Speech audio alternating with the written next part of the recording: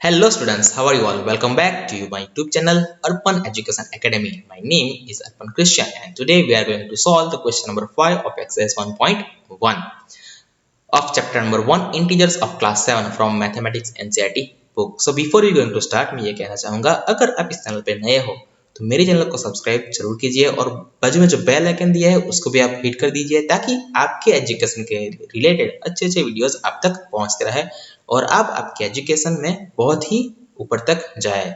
यही मेरी शुभकामनाएं है। आए हम शुरू करते हैं question number 5।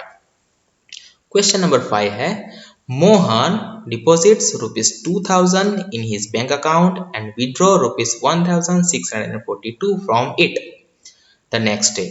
If withdrawal amount from account is represented by a negative integer, then how will you represent the amount deposited? Find the balance in Mohan's account after withdrawal. ये हमको क्वेश्चन पूछा गया है कि मोहन ने 2000 रुपये बैंक में जमा किए, उसके बाद नेक्स्ट डे उसने क्या किया 1642 रुपीस विड्रॉ कर लिए। तो यहाँ पर लिखा है कि जो विड्रॉ किया है वो अमाउंट नेगेटिव इंटीजर है, उसको नेगेटिव से रिप्रेजेंट करना है, ऐसा लिखा है। तो जो डिपॉजिट किए है उसको आप कैसे रिप्रेजेंट करोगे, नेगेटिव या पॉजिटिव, वो हमें बताना है। और दूसरा क्वेश्चन है find the balance in Mohan's account after the withdrawal. Withdrawal के बाद मोहन के अकाउंट में कितने पैसे बचे वो भी हमको बताना है। ठीक है, तो आइए हम सॉल्यूशन करते हैं।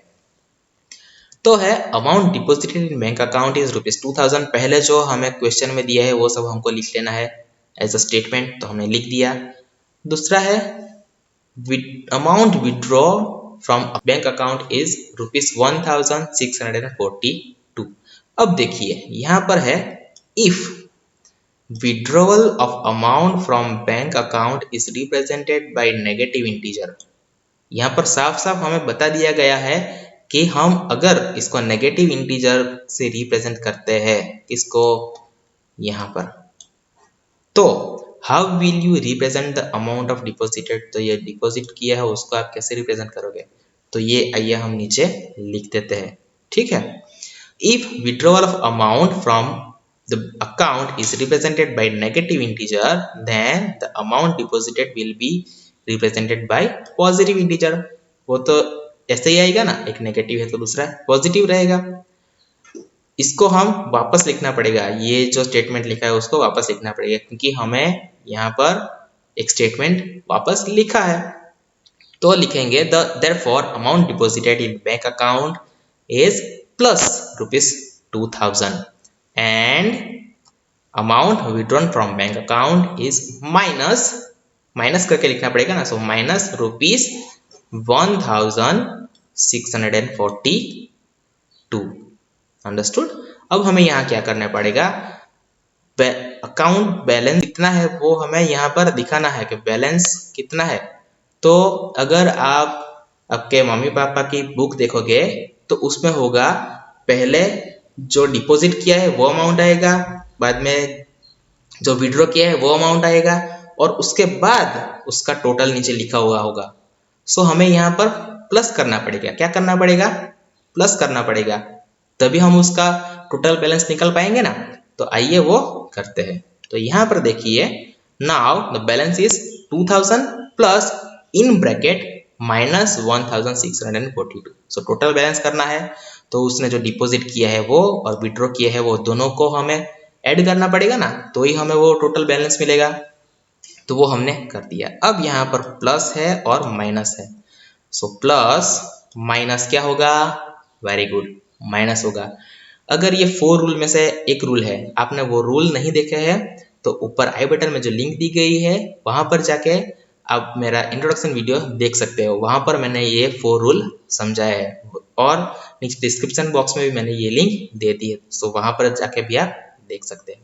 तो यहाँ पर होगा प्लस माइनस माइनस, तो 2000 माइनस 1642। अब आप इस वीडियो को यहाँ पर पॉज कीजिए और साइड में 2000 माइनस 1642 कीजिए। तो आपका यहाँ पर आएगा 2000 माइनस 1642। ठीक है, तो यहाँ पर क्या होगा, 10,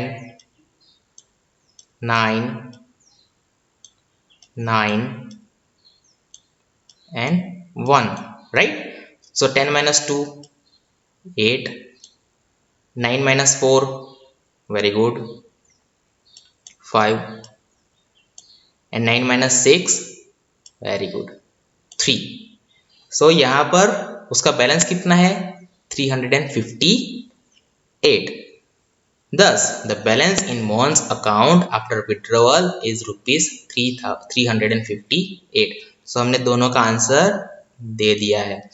अगर आपको ये वीडियो अच्छी लगी हो तो मेरे चैनल को सब्सक्राइब जरूर कीजिए और नीचे कमेंट सेक्शन में जाके मुझे बताइए और लाइक और शेयर कीजिए ताकि आपके जैसे और भी बच्चे होंगे उन तक ये वीडियो पहुंचे और वो भी अच्छी तरह से इसको सीख पाए। सो मेरी वीडियो देखने के लिए थैंक यू।